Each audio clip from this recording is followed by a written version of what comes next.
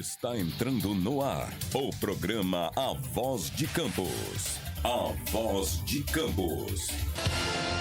Direto dos estúdios da Rede Aurora de Comunicação para todo o Brasil e o mundo.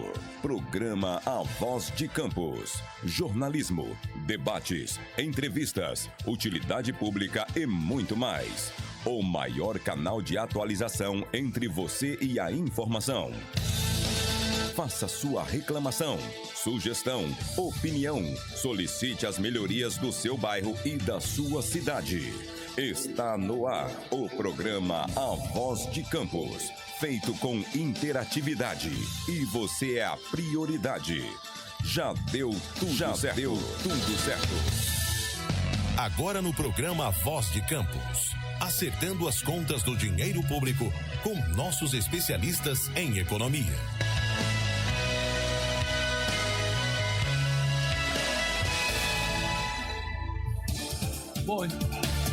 Bom dia! Está entrando no ar o programa Acertando as Contas com o Dinheiro Público. Hoje recebendo aqui o nosso amigo Léo Sanzi, ativista político. Vamos discutir aí a conjuntura nacional, conjuntura política, estadual, municipal e a paróquia Josiel e Léo. Tá pegando fogo, Polícia Federal bateu na casa do casal, o casal tá aí se desculpando, tal, mas nós vamos comentar aí. Tem que ter aquela break news pra gente comentar dentro aí, sem emoção, sem euforia, mas tem que comentar, porque os servidores públicos da prefeitura tiveram um prejuízo de quase 400 milhões, é o que está lá na sentença, é o que está lá na intimação que foi dada ao casal, na busca e apreensão de todos aqueles envolvidos. Muito bem, então nós temos que discutir essas questões aqui, porque é do interesse público, é do dinheiro público, nós temos que saber para onde exatamente foi esse dinheiro. E pelo que nós sabemos, Léo, foi votada uma lei na Câmara à época para autorizar essa transferência de CNPJ. O CNPJ que foi sacado é o da Prev Campos e creditaram o dinheiro no CNPJ da prefeitura. São figuras diferentes, possuem finalidades diferentes do ponto de vista financeiro e fiscal. Então, eu acho que a Polícia Federal deveria ir também na casa dos vereadores que autorizaram esta lei inconstitucional. Isso aí tem muita coisa a ser explicada para a população de Campos, para o servidor público principalmente, porque ali nós envolvemos aposentados, as pensionistas. Então, é um dinheiro poupado para que, no longo prazo, ele financie a aposentadoria do servidor público. Então, essa questão de saque, desvio em fundo de previdência, a Polícia Federal está escolada e ela sabe exatamente aonde ela está mexendo, com quem ela está mexendo. Então, tem que apurar dentro da legalidade, dentro do devido processo legal, para que não haja também arbitrariedade, para que o Estado não exorbite da sua função. Muito bem, então vamos aqui às principais notícias para comentarmos aqui, que Léo vai fazer o resumão dele da semana. Blindagem frágil. Mudança no estatuto facilita indicação política na Petrobras. Estatal só poderá aplicar nova regra após julgamento do TCU, nada. Governo brasileiro avalia convite para integrar a OPEP como país aliado. Pois é, olha o Brasil aí, rapaz. O governo se divide sobre adesão ao cartel, que não implicaria ampliação ou cortes automáticos de produção. Temos mais aqui, COP28, aprova fundo para financiar perdas de nações vulneráveis. Estamos aí. Brasil assume presidência do G20 e fará cúpula no Rio. Olha só, pessoal, eu estava ouvindo hoje pela manhã o discurso do presidente Lula. Léo, vou dizer uma coisa a você, foi emocionante o discurso do presidente Lula lá na COP,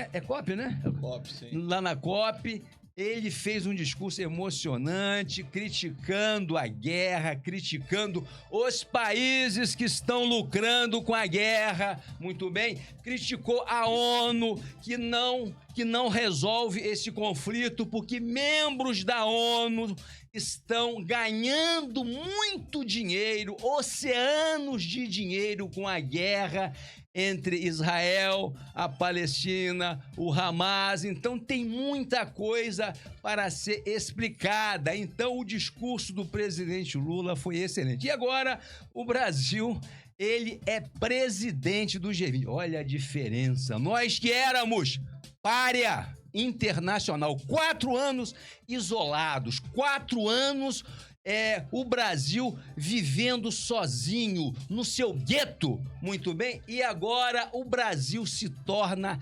membro, aliás, preside o grupo das maiores economias do planeta, os maiores PIBs. Isso não é para qualquer um, isso não é para qualquer governo. Além do mais, o Brasil voltou ao xadrez político do planeta, ao xadrez político mundial.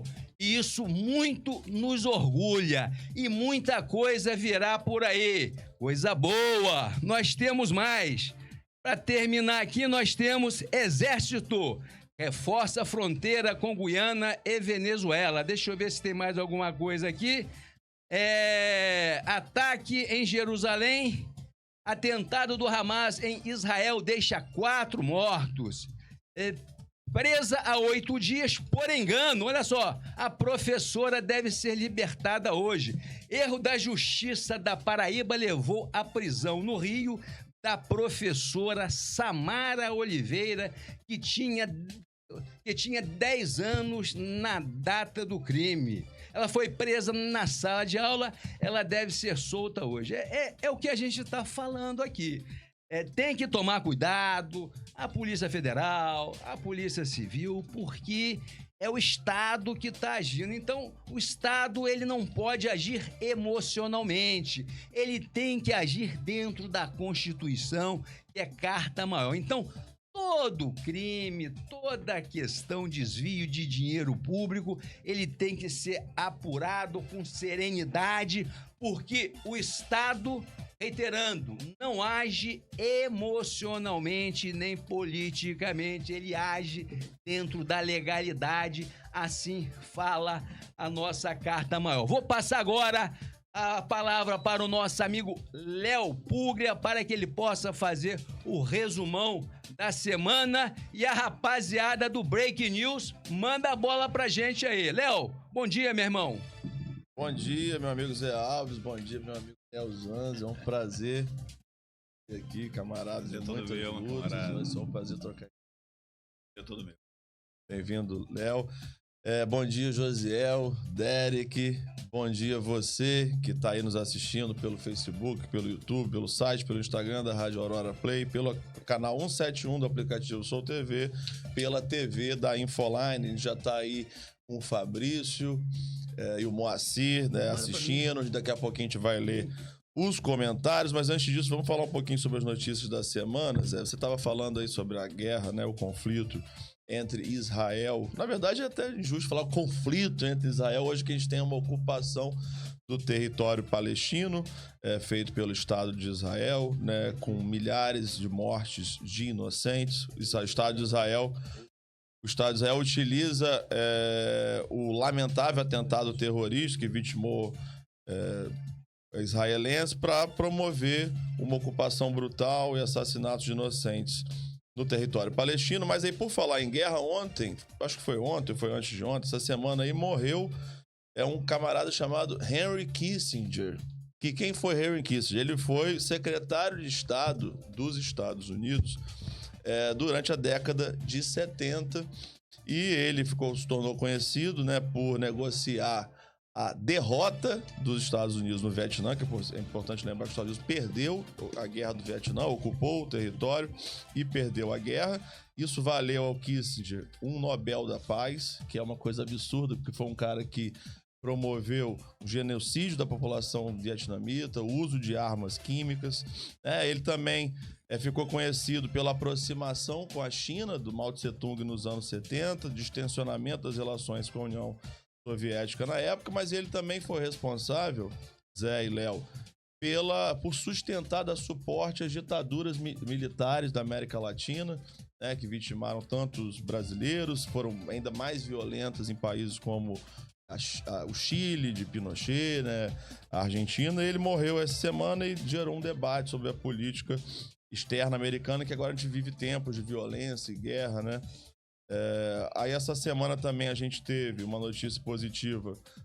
O Senado brasileiro aprovou a entrada da Bolívia no Mercosul, que ainda tem que ser ratificada pelo presidente Lula, e a oficialização da entrada da Bolívia no bloco, né, dos países aqui do Cone Sul deve ocorrer ainda em dezembro, agora no Rio de Janeiro. É um passo importante para a integração sul-americana.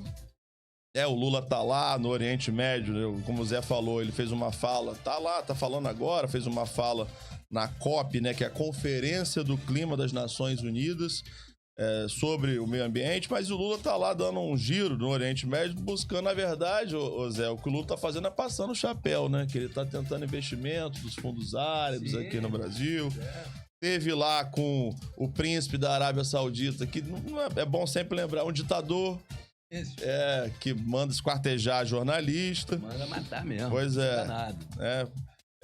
no Brasil, a gente teve essa semana, acho que a notícia da semana que o nosso amigo Léo Zanz vai comentar aqui também, a gente teve a indicação, o Lula indicou o Flávio Dino, atual ministro da Justiça, que foi governador do Maranhão, faz parte do Partido Socialista Brasileiro.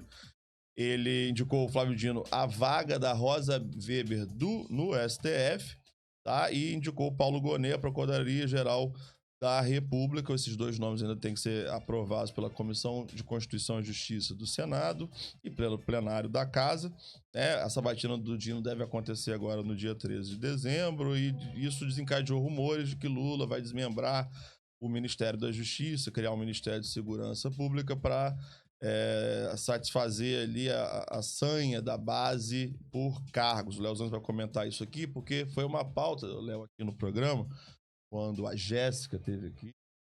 Foi um debate sensacional. A importância que teria a indicação de uma mulher negra para o Supremo, né? E o Lula, enfim, houve uma mobilização da sociedade civil e isso não aconteceu. O Lula indicou o Flávio Dino. Acho que antes da gente aproveitar já deixa, antes de falar das outras notícias, queria saber a sua opinião sobre essa indicação do Flávio Dino ao STF. Bom dia a todos, bom dia, Léo, bom dia ao Zé e a galera da técnica, bom dia a todos que estão nos assistindo e que ainda vão nos assistir pelas redes sociais posteriormente. Bom, Léo, o que eu penso é que a gente vive num país onde o processo de desigualdade acabou trazendo prejuízos para a sociedade que estão aí colocados. Dentre deles, a falta de debate, a falta de acesso às pessoas à educação e por aí vai. Com isso, naturalmente, as pessoas ficam vulneráveis àqueles que são mal intencionados. Portanto, eu penso a política, aliás, a política, no meu pensamento, acho que ela deveria ser, antes de mais nada, pedagógica. Entendeu? Pedagógica. E aí, há de se pensar que a gente vive pilares da manutenção do poder nessa sociedade constituída pelo modelo capitalista. E aí, é inegável a gente dizer que tanto o judiciário, quanto o executivo, como o legislativo, são pilares dessa manutenção. Naturalmente, elas lutam pela manutenção. estruturas conservadoras. Pensar que nós vivemos num país onde propôs mais de 400 anos de escravidão e perpetuou esse processo de trazer falta de dignidade ao povo preto até hoje, 2023, era fundamental que o governo Lula, nessa indicação, mas desde da indicação do Zanin, que ele entendesse que era fundamental a representatividade negra no STF. Não tenho a pretensão e nem a inocência de achar de que uma representatividade negra, naturalmente, de preferência, uma mulher negra no STF, ia mudar o olhar racista do judiciário. Daí, nós vemos os presídios, nós vemos está muito claro pra gente da forma que o judiciário julga e tem um olhar sobre outros setores da sociedade. Então nós não temos a pretensão de que as coisas iam mudar a partir de uma mulher mudar, sim, estruturalmente o racismo estrutural que está no judiciário. Mas a gente esperava que esse governo contemplasse a população preta por conta de todo o retrocesso já colocado historicamente. Entendeu? É uma questão que deveria ser uma questão programática e era fundamental que o governo sinalizasse para a população, para a sociedade brasileira, que aquele acesso à rampa, certo? No dia da posse, simbolizando a representação das mulheres, de vários outros setores da sociedade e indígenas, que isso fosse de fato levado ao pé da letra. Por isso que eu digo que a política ela tem que ter o compromisso de ser pedagógica. Porque se não for, ela está simplesmente fazendo a manutenção, sabe, das coisas. E aí, eu tenho uma outra crítica também a fazer. Justamente em cima desse olhar de que a política deve ser pedagógica. A gente, quanto agente político ou protagonista político, aquele que está no mandato, ele não pode nunca olhar a gestão pública e olhar a sociedade e olhar as necessidades que devem ser colocadas no olhar pessoal. Escolher o Alexandre Zanin, eu não quero nem entrar no mérito da sua capacidade de acúmulo no campo do judiciário para poder mas escolher uma figura que tem uma relação pessoal com o presidente, ele não contribui em nada com a mensagem que se passa em termos de isenção total quando você está ocupando um cargo público. Porque isso acaba dialogando com o que a gente vê aí sendo reproduzido em todas as escalas da política. É o vereador que vai lá, sabe, no setor público empregar aqueles que estão mais chegados. Tem até amante de vereador, né? É o prefeito também isso que vai... Então, assim, quando você propõe uma política alternativa, você tem que ir na contramão de algumas práticas que já estão colocadas aí há muito tempo. Entendeu? Então, mais uma vez, a comunidade negra não foi contemplada, como se a comunidade negra pudesse esperar. Nós não temos mais que esperar. Nós esperamos por mais de 400 anos. E depois disso, nós estamos aqui em 2023, ainda esperando inserção na educação, ainda esperando acesso à saúde, esperando cultura, esperando todo tipo de políticas que deveriam já estar sendo democratizada há séculos atrás. Você me permite uma pergunta? Claro. Léo Sanzi, já que você está abordando essa questão sobre o judiciário, eu perguntaria a você teria a estatística para mostrar os nossos ouvintes, os nossos internautas, nós temos quantos magistrados, quantos juízes hoje no judiciário brasileiro? Eu estou falando juiz de piso, juiz primário, não estou falando nem desembargador. Pode ser desembargador também, que é um juiz de segundo grau. Você teria essa estatística? De quantos juízes? São negros. Quantos juízes negros você tem hoje no judiciário brasileiro? Olha, eu confesso a você que eu largo muito pouco olhar para esses exemplos isolados. Eu, como cidadão que acha que a democracia deve ser plena, ter a expectativa de ter um desembargador no estado do Rio de Janeiro, um presidente, uma figura no STF, uma figura no juiz, que isso vai ser e vai significar a democratização do judiciário, eu não me iludo com isso.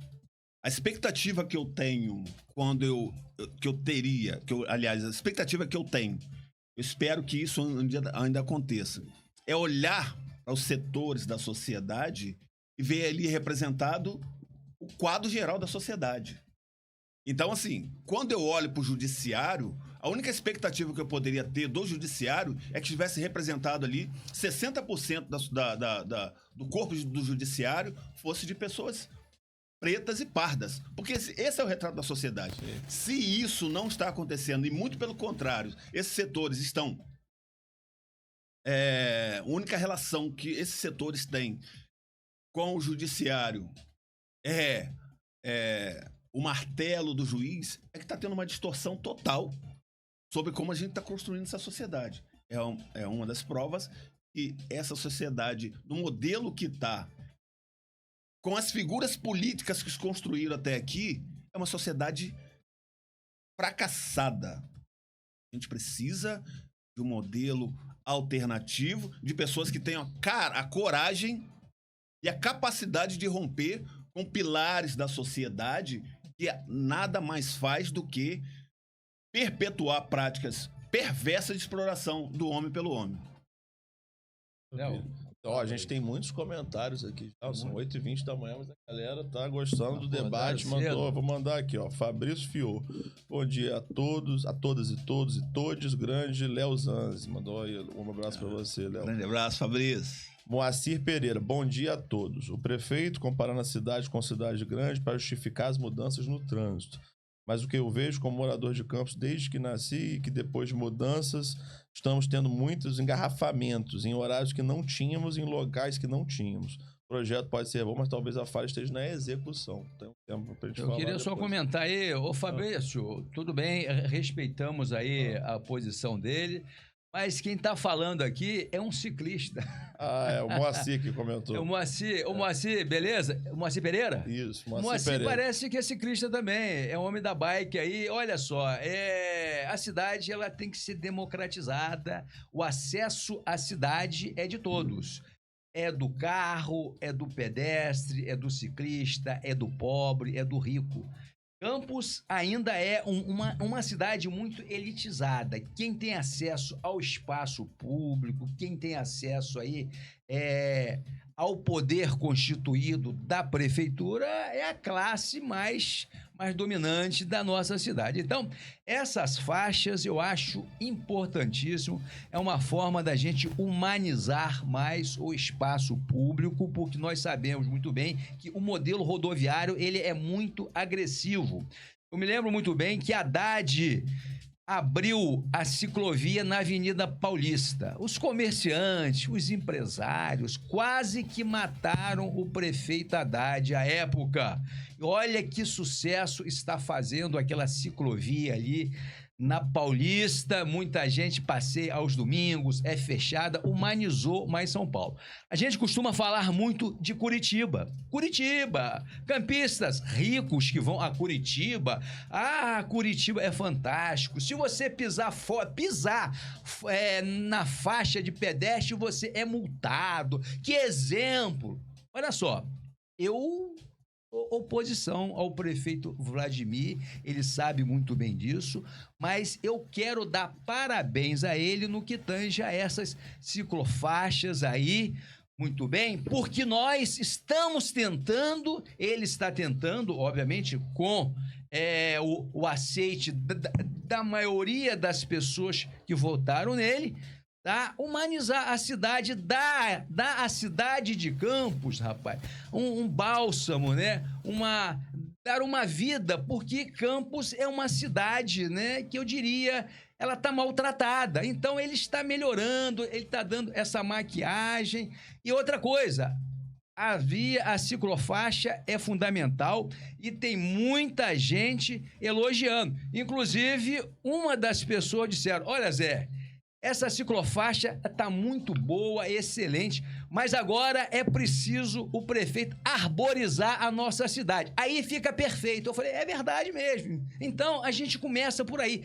A gente começa incomodando. Toda medida, ela vai incomodar as pessoas e que seja bom incomodar. Agora, não vamos ficar elogiando Curitiba, ok?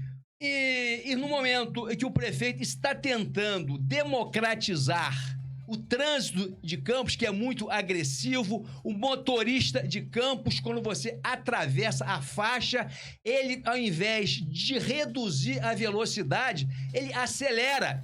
Ele quer matar o pedestre. Olha só, gente, você está falando de uma pessoa que anda de bicicleta, que anda a pé. É uma coisa impressionante a deseducação que tem o motorista de Campos. Então, eu dou aqui respeito o Moacir Moreira. Podem mandar aí pessoas que querem falar contra essa medida que o prefeito está tomando sobre a ciclofaixa, mas eu aqui não conheço a posição dos meus colegas aqui, mas eu, José Alves, quero dar os parabéns ao prefeito Vladimir. Ele está democratizando a cidade. E reitero, a cidade é de todos, é do pobre, é do rico, é daquele que anda de carro, é daquele que anda de bicicleta, é do mendigo que está debaixo da sarjeta passando fome, tá certo? Então vamos parar com esse preconceito de ficar aí endeusando Curitiba, porque isso aí faz lembrar do amigo de Léo, o Nelson Rodrigues. Isso me parece um complexo de vira-lata. Só a coisa do outro é melhor. A minha cidade é a pior do mundo. Eu tenho várias críticas sobre Campos, mas no que tange aí, essa melhoria está beneficiando a minha categoria, os ciclistas. Obrigado, prefeito. Não, eu concordo, Zé. Eu acho que o transporte através de bicicleta ele é fundamental, porque ele polui menos também, é importante falar, né? A opção pelo transporte rodoviário, ela gera congestionamento, ela polui a atmosfera. A gente está vivendo uma mudança climática, experimentando uma mudança climática brutal, está tendo uma onda de calor. O Lula está lá agora no Oriente Médio falando sobre isso, né? Eu também ando de bicicleta, não tenho carro. Aqui em Campos, principalmente, a bicicleta é um meio de transporte da classe trabalhadora. A gente tem uma topografia que favorece isso, né? A topografia é plana, né? O que falta é a arborização, para não ter esse sol no lombo do sujeito vindo trabalhar. Mas acho que o que o Moacir falou aqui também, Zé, porque é mais também porque o Vladimir, antes mesmo dele começar a instalar a ciclofaixa, ele estava trocando asfalto, que a gente falava aqui, e ele faz questão de fazer isso em horário comercial e atrapalhar a vida da população para mostrar que ele está trabalhando, tá? Enfim, eu quero saber também a opinião do amigo Leozano sobre transporte, mas antes disso, vamos ler aqui os outros comentários. E eu peço você que está aí nos assistindo, está com uma audiência boa, que você deixe seu comentário aqui, deixe seu like, ó, pega esse botãozinho aqui com a setinha de compartilhar e compartilha esse programa nos seus grupos de WhatsApp, seus grupos de amigos, grupo de futebol, grupo da família, que já tem 1h30 de programa aí, vamos falar de muita coisa boa. E aqui não tem censura, né, Zé? A gente pode também criticar o Estado de Israel, que é coisa proibida em outros veículos, né, daqui de Campos. Aqui a gente fala, ninguém não tem censura com ninguém, não. Todo mundo pode falar. E aí, ó, o Fabrício Fio falou também aqui: nós temos o melhor Ministério das Relações Exteriores do mundo, como diria Reinaldo Azevedo. A diplomacia está agindo de forma primorosa. Flávio Dino no STF foi a melhor notícia do ano, mas discordo da criação do Ministério da Segurança Pública. Acabaria jogando a responsabilidade da violência nos estados para o governo federal. Léo Zanz deveria escrever um livro. Ele é muito eloquente e sensato aí. Vamos ter lançamento de livro, Léo Zanz? Na próxima Bienal. Aí. Opa, já tá. Mas obrigado. Fabrício, concordo com o Léo Zanzi em relação a ministros negros, mas Lula é gato escaldado com medo de água fria. Ele sabe que muitos ministros indicados pelo PT deixaram que ele fosse preso. O STF é de extrema importância se o Brasil hoje é referência em direitos da população LGBTQIAPNB+. Graças às decisões do STF, se dependêssemos do Congresso, estaríamos entregue à bancada evangélica. Flávio Dino é pardo. É uma outra questão.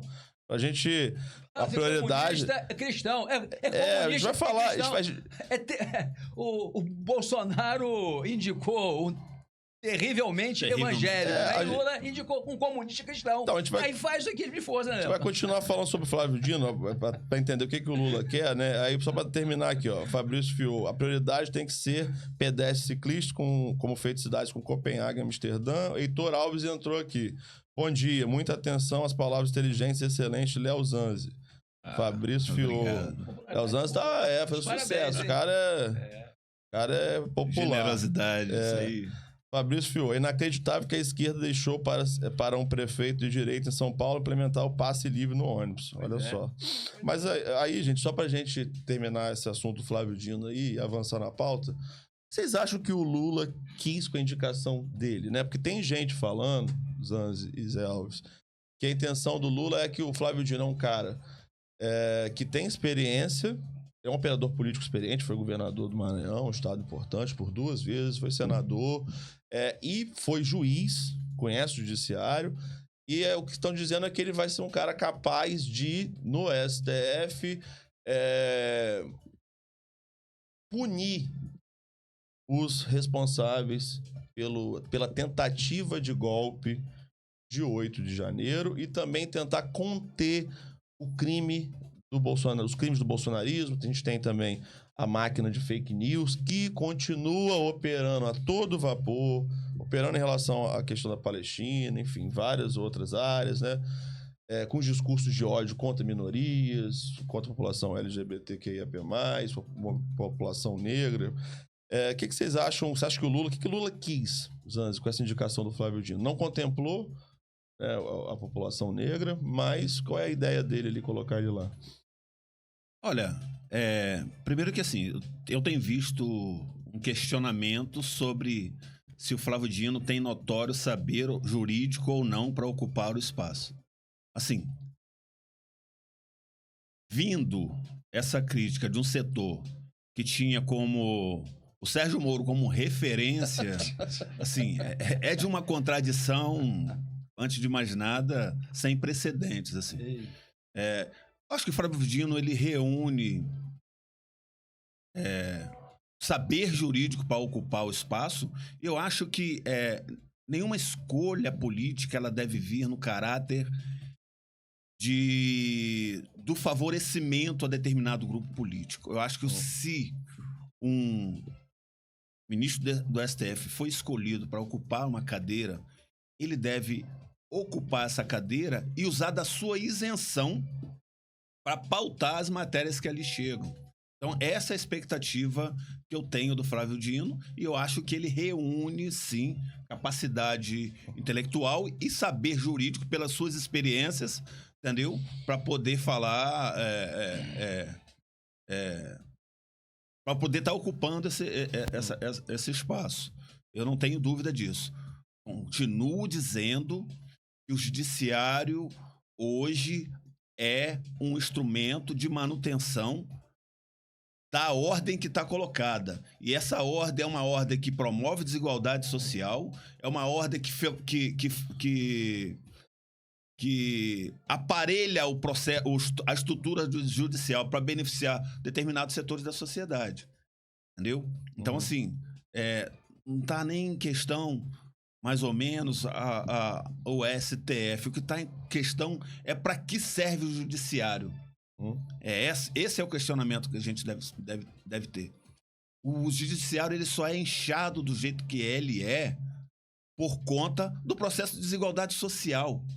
Porque se você tem uma sociedade tão desequilibrada, onde muitas injustiças também são praticadas, naturalmente você vai demandar de muita muitas questões judiciárias para se encaminhar. Se você tem uma sociedade economicamente equilibrada, educada, fraterna, nós não demandaríamos tanto do judiciário. Portanto, assim, até nisso é fundamental manter uma sociedade completamente desequilibrada, esse abismo social, porque é fundamental para a gente ter uma estrutura gigantesca no judiciário, onde a gente possa absorver as figuras ricas que têm capacidade e estrutura para estudar para juiz, acessar as melhores faculdades, enfim, para manter essa grande estrutura. Mas eu ratifico que, tirando essa questão racial, para mim, deveria estar lá, era uma figura preta e negra, porque a gente precisa fazer com que o judiciário tenha um olhar para além do olhar da elite branca que tem no Brasil. Sim. Entendeu? Mas, fora isso, eu acho que o Flávio Dino teria condição. Eu posso responder também, meu amigo? Por favor. Eu posso? É extensiva? Claro. Amigo do... Olha só, pré-requisito para ser conduzido, ser escolhido para o Supremo é notório saber jurídico, né? A reputação ilibada, aquela coisa toda. Muito bem. Eu gostaria de perguntar aos internautas se o Mendoncinha, né, aquele que é terrivelmente evangélico, ele tinha notório saber jurídico, reputação ilibada. Pelo que eu sei, ele foi indicado para que Bolsonaro pudesse atender a bancada da Bíblia do Congresso Nacional, os religiosos. Agora, eu queria dar uma opinião pessoal. Eu me preocupo profundamente com aqueles segmentos que usam Jesus, que usam Deus como cabo eleitoral. Me desculpe, esse Jesus, esse Deus não é o Deus que eu contemplo. Muito bem? Eu queria saber também se Cássio Nunes, ele tem notório saber jurídico para ser indicado ao Supremo Tribunal Federal. Pelo que me consta, é um desembargador médio, muito bem? E foi o que o Léo falou, um segmento da sociedade que tinha, né, o juiz Sérgio Moro como referência. Para aí, fica difícil, né, com todo respeito à opinião de vocês, mas vocês estavam idolatrando o bezerro de ouro e não sabia. Léo? Então, Zé, esse assunto tá rendendo aqui, ó. O Elcir Cruz falou o seguinte... Bom dia, Elci. Flávio Dino é uma fraude reconhecida. Pergunte a qualquer maranhense sensato.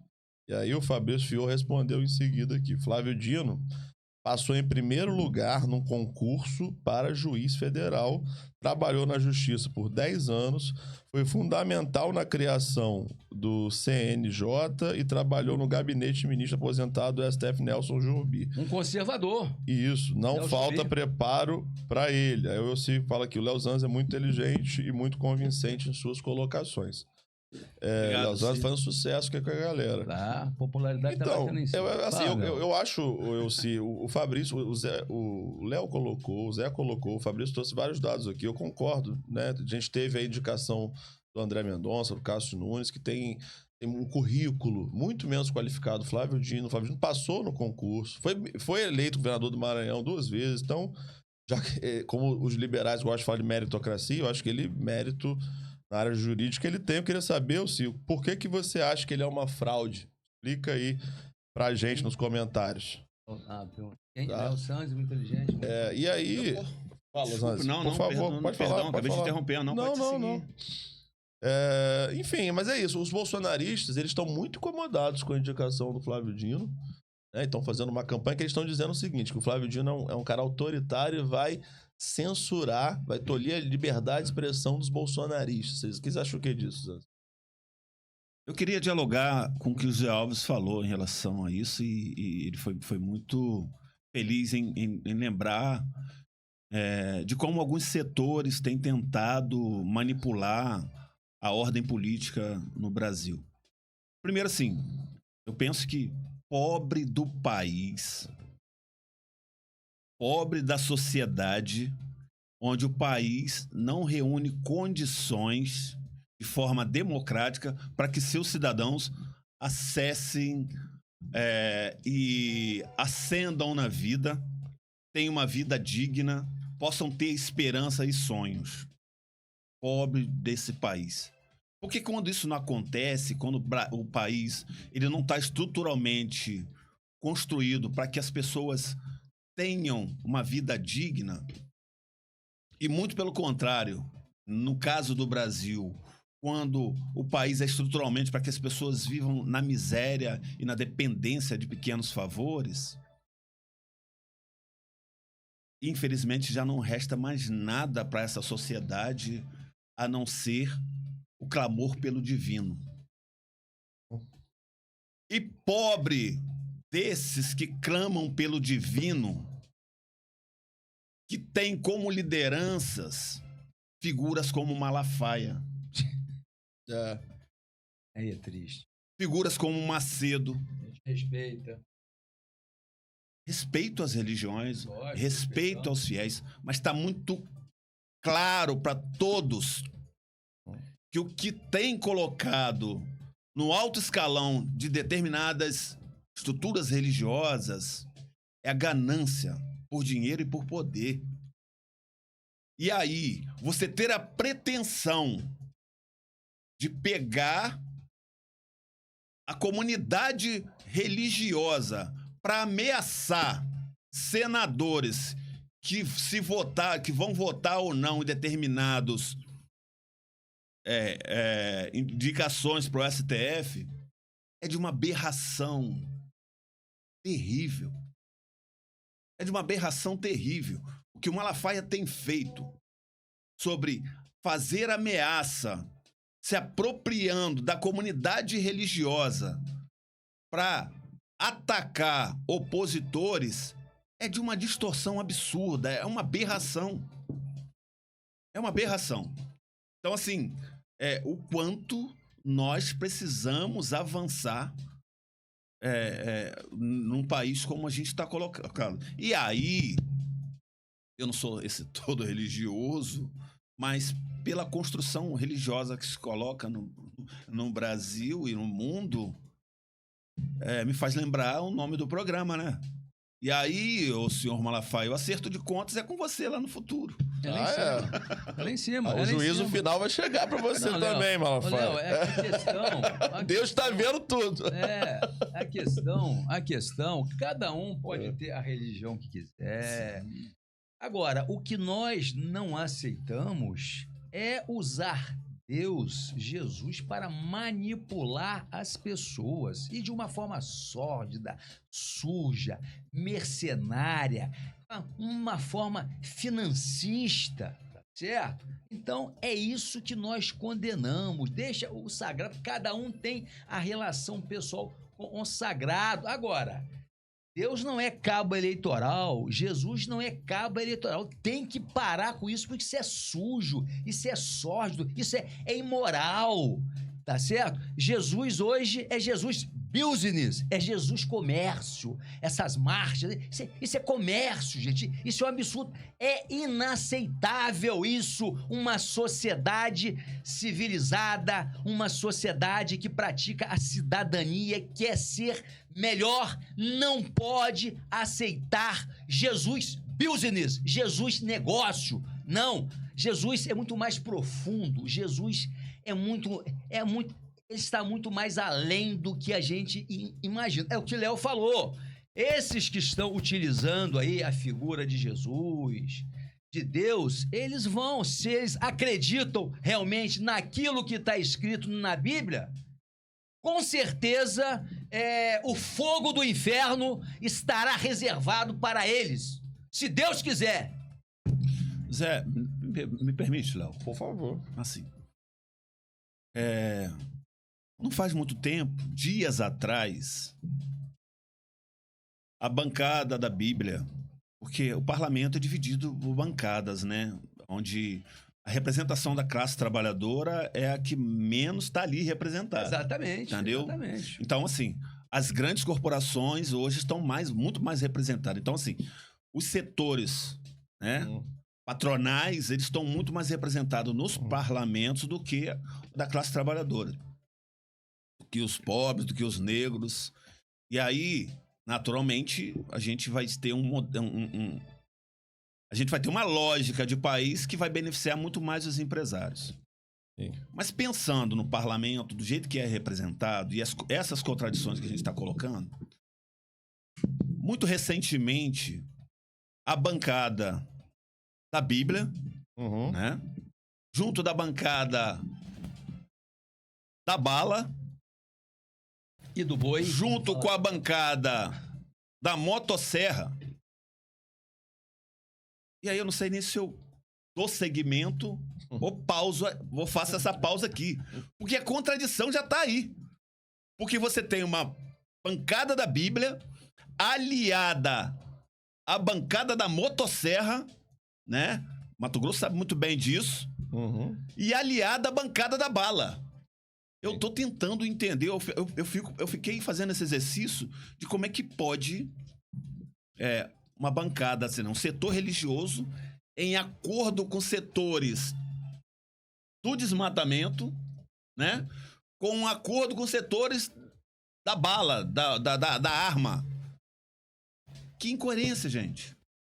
Então, esses setores se uniram para tentar derrubar a união civil, o casamento civil entre pessoas do mesmo sexo. Para você ver o nível de contradição que é hoje. A gente precisa, de fato, repensar aqueles organismos onde nós estamos organizados ali. É a hora da gente pensar que é o seguinte: o olhar não tem que ser de cima para baixo. Não é o vereador que vai dizer que a gente tem que... O vereador, ele tem que ser o porta-voz do que uma sociedade pensa, Sim. Sabe? E quando eu olho os bairros da cidade, eu fico, onde estão os porta-vozes dessa cidade? Então, assim, uma liderança religiosa, ela tem que reproduzir aquilo que é o melhor para sua comunidade. Não é o contrário. Então, assim, com tanta gente fazendo guerra, roubando, matando, você se preocupar com pessoas que estão buscando na união afetiva, nas relações afetivas, no amor, o encontro entre si, você está preocupado com isso? Me poupe, entendeu? Não sei se você precisa rever a Bíblia, pensar a Bíblia de uma outra forma, mas, na boa, você se aliar com pessoas que são fomento das práticas das armas que matam, da motosserra que desmata, sabe? Você tá preocupado fazer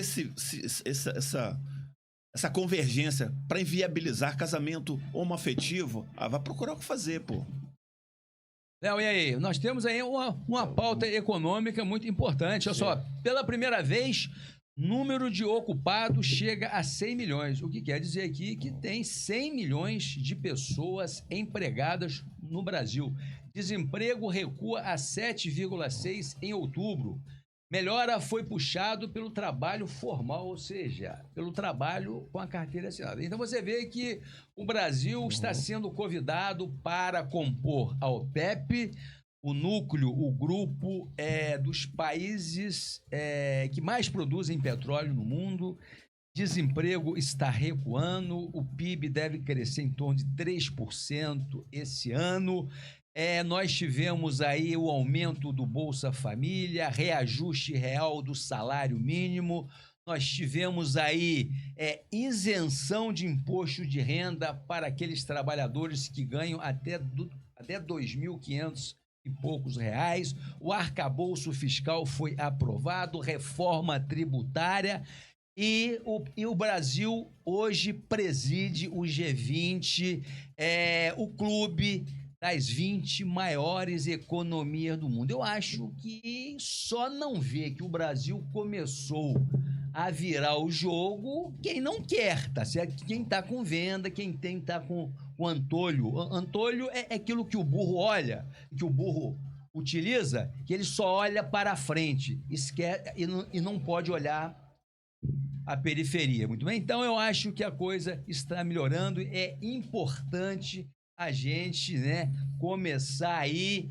a entender melhor a conjuntura política, a conjuntura econômica. Léo, alguma pergunta aí? A gente precisa vir aqui à paróquia, temos que conversar aí. Como é que tá aí, meu amigo Josiel, com os break news, meu amigo Derek? Precisamos vir para a paróquia. E aí, você quer fazer mais alguma pergunta no que tange essa... Eu acho assim, só para com breve comentário sobre o cenário econômico, eu concordo com você que a gente teve melhorias, né, em vários cenários, mas a gente também tem que tomar cuidado porque o estrago que o Bolsonaro fez no governo foi grande, né? E aí, uma coisa que a gente tem que pensar também é o seguinte: governo de direita tem liberdade para gastar, né? O Bolsonaro não precisava fazer superávit primário, lembra disso?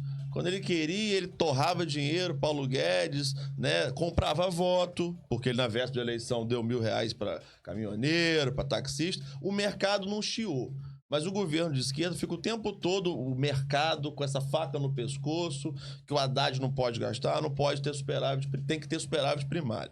E o governo Lula foi eleito pela população pobre para ter investimento social. Esse é o compromisso, tá, que ele teve com o seu eleitorado. Ele precisa de recursos. E aí, o Haddad está tentando arrumar formas de aumentar a arrecadação. E a maneira correta de se fazer isso é você ter uma reforma tributária que você tivesse um sistema tributário progressivo. Que o rico paga mais e você que é pobre, trabalhador, vai pagar menos imposto. Isso aí não é comunista não, tá? Os Estados Unidos, que é o país do capitalismo, tem um imposto muito mais progressivo que o nosso, mas, né, com esse Congresso conservador como a gente tem, de BBB, né, boi, bíblia e bala, tá sendo difícil de aprovar. O governo Lula também não está comprando esse barulho. E aí, o que a gente teve aí nesse sentido, Zé? A gente teve, o governo Lula aprovou agora no Senado, e muito da indicação do Dino também tem a ver com uma articulação para você ter o apoio do Senado, né, já que a Câmara, o buraco é mais embaixo, com Arthur Lira. O Brasil aprovou um projeto de lei para utilizar recursos do pré-sal para criar uma poupança para estudantes do ensino médio, que é uma forma de você combater a evasão escolar, né, das pessoas mais pobres que abandonam a escola para trabalhar, para trazer comida para casa, né, você dando uma bolsa, você dá condições dessa pessoa ficar na escola. E aí aprovou também, conseguiu aprovar um projeto de taxação das offshores, que são investimentos no interior, são divisas, né, que tá falando ali. Pois é, que saem do país. Foi um avanço, né? Fundos exclusivos de altíssima renda também, alguma taxação sobre os ricos, coisa que nunca se faz, conseguiu alguma coisa, mas ainda é pouco.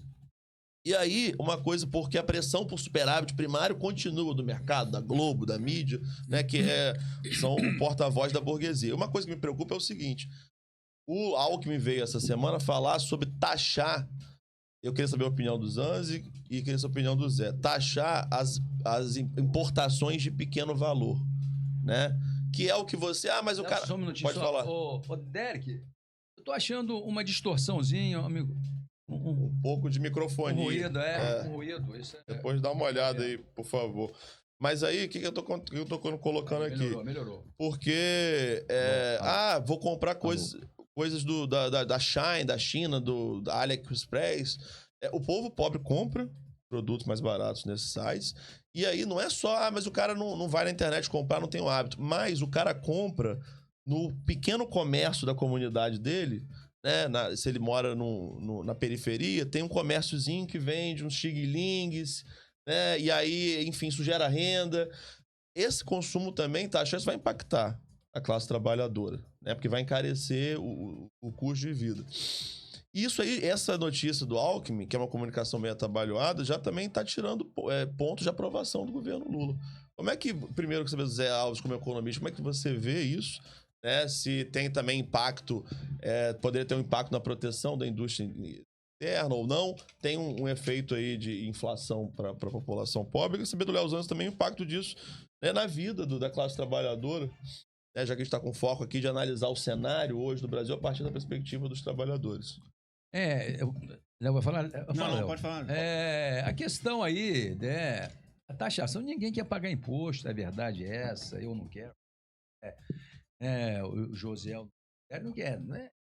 É inconveniente, né? Essa reforma tributária, ela é muito oportuna por isso que vai, né? Não é a reforma dos sonhos, porque o andar de cima ficou de fora, muito bem? E sempre assim, devido ao Congresso conservador.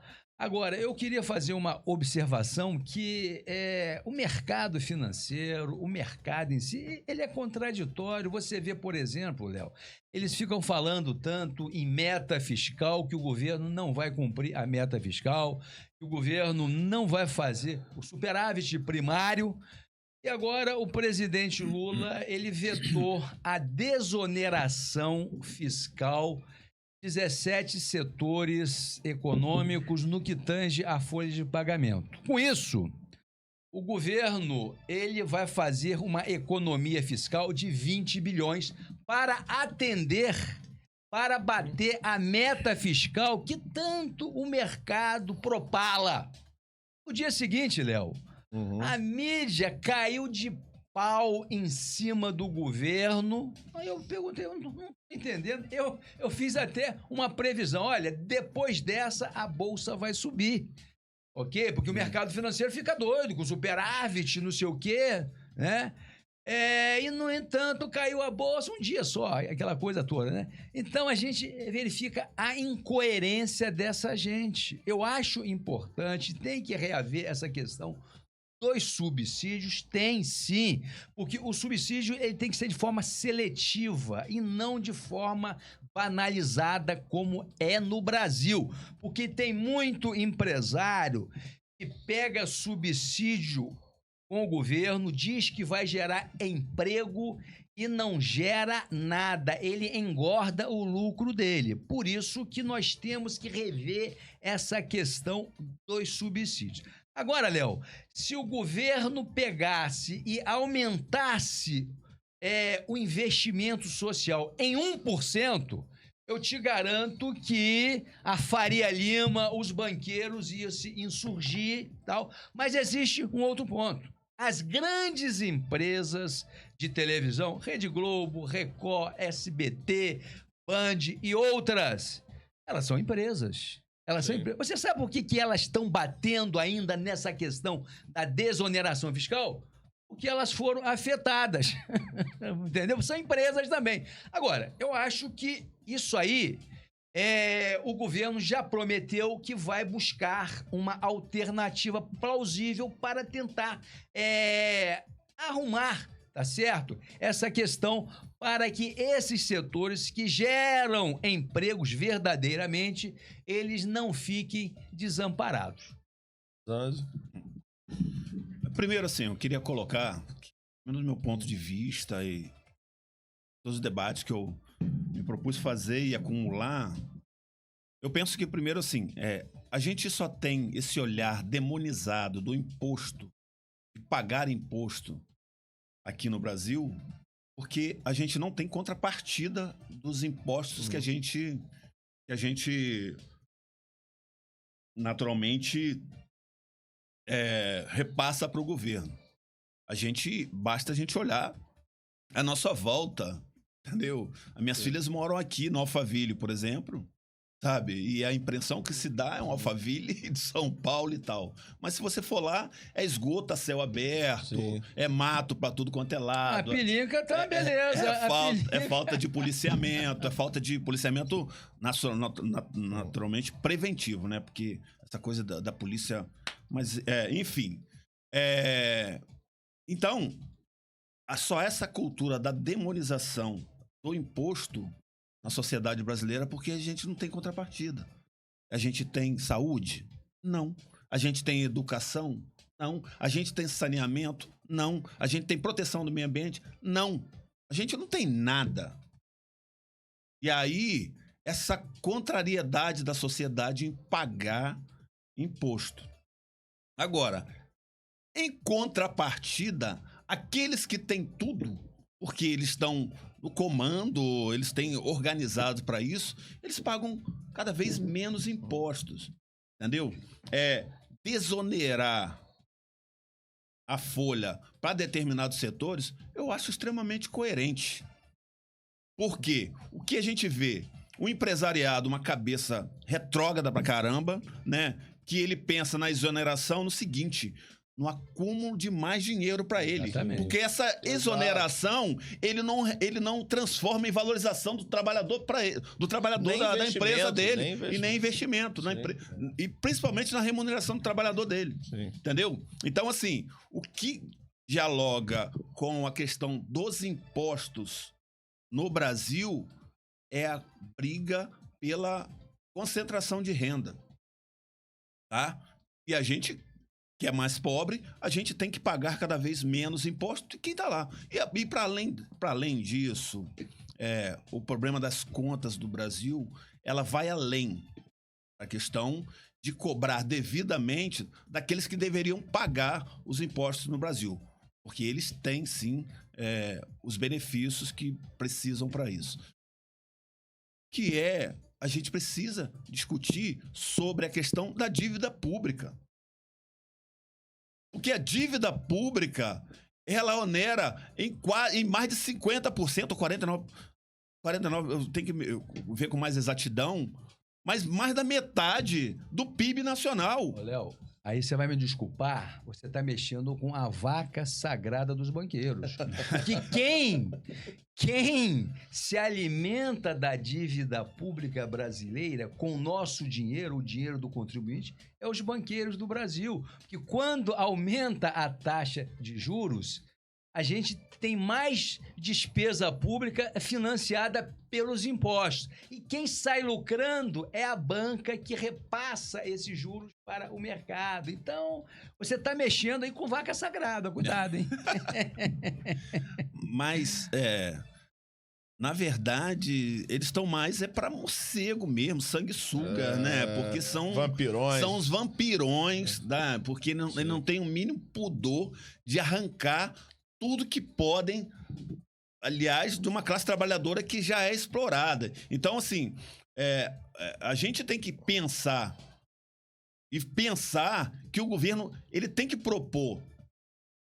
buscar um ambiente ideal, mas propor uma auditoria na dívida pública brasileira. Porque se a gente for pensar, o país pagar praticamente 50% ou mais de 50% do seu PIB para juros e amortização da dívida para o mercado financeiro, isso é um absurdo. Então, assim, qual é o problema de nós fazermos uma auditoria nessas contas? Qual é o problema? De repente, a gente saber que a gente pagou muito mais do que devia e aí o setor financeiro tem que retornar um capital para a sociedade brasileira. Então, assim, é uma série de coisas. A arrecadação no Brasil, ela passa por uma série de fatores, entendeu? E aí, há solução para que a gente tenha um país onde tenha uma arrecadação onde possa traduzir isso em serviço. Basta acabar com essa sangria desatada que é atravessar fonte do recurso público diretamente para o mercado financeiro. Então, assim, e aí, enfim. É isso aí. Tem uns comentários. Tem muito comentário. Vamos às ruas, meu amigo Léo. Léo Zanz está bombando aqui na audiência boa, geral comentando. Léo já faz parte da nossa bancada, hein? Pô, tá levantando. Vocês são os decanos. Olha só, a gente tem aqui o Sandro Ribeiro Cesário. Falou que Flávio Dino é o pesadelo dos caças likes e da milícia. Opa! Aí, ó. Aí. Fabrício Fiô, querem criar uma teocracia evangélica miliciana no Brasil. Elcir Cruz, resido no Rio de Janeiro e a forma como que Dino entrou numa comunidade toda controlada pelo tráfico, sem seguranças, demonstrando ser muito íntimo de traficante, a abertura é essa que nem a polícia carioca tem de adentrar a esses locais. Essa intimidade me deixou perplexo. Elcir sabe das coisas, Minha família é toda de Campos Goytacazes, Léo Zanz é meu sobrinho, te amo, Léo Zanz. Opa! Aí, tem essa questão aí do Flávio Dino. Realmente os bolsonaristas falam muito disso, né? Posso que ele falar entrou... depois, que eu Por sei? favor, por favor. Mas quem comanda a milícia é outra pessoa, né? Eles não falam sobre isso, né? O chefe da milícia do Rio de Janeiro, eles não tocam sobre isso, Léo né? Zanz, eu vou passar a bola pro Léo Zanz sobre esse tema, depois a gente continua com os comentários, mas assim, isso é engraçado, porque a direita fala muito dos traficantes, mas achava a milícia legal. Que a milícia... Assim, gente, estou falando do Bolsonaro com as milícias, é público. O Bolsonaro empregava familiares de chefes da milícia no seu gabinete e fazia falas no plenário defendendo a milícia. E aí a milícia esse ano começou a queimar ônibus no Rio de Janeiro. Tocar o terror, então. E a galera começou, opa, então, assim, milícia não pode, mas traficante não pode? Zé Zanz, com a palavra. Bom, assim, primeiro que eu queria saudar a iniciativa de um político de ir numa comunidade. Talvez esse seja o estranhamento, porque é muito comum, sabe, a política aí nas comunidades e para fazer barganhas e tal. Então, assim, eu acho muito salutar a ordem política ir numa comunidade, dar protagonismo a essa comunidade e tentar catalisar o que essa comunidade tem de demanda para poder colocar na ordem política. O problema é que as pessoas estão muito acostumadas a ver a relação entre periféricos e política nessa ordem da subserviência, sabe, da exploração. Então, assim, apenas o que a gente viu ali da representação do governo na periferia é aquilo que deveria ser, para dialogar, sabe, e para poder catalisar aquilo que é preciso. Então, assim, eu não vejo distorção nenhuma nisso. Mas vejo distorção, por exemplo, essa semana nós tivemos uma policial assassinada. Pela primeira vez na vida, eu vi, infelizmente, uma policial que foi assassinada. Lamento muito por isso. Mas onde isso não se desencadeou numa série de chacina e massacres. Foi assassinada onde? Eu não vi. Na Zona Norte. No Rio de Janeiro? É. Eu não vi. Na Zona Norte. E talvez esse detalhe da geografia fale muito sobre isso. Entendeu? Sim. Porque ali, a gente sabe, está localizado um setor do crime organizado, onde tem ramificações na política e tal.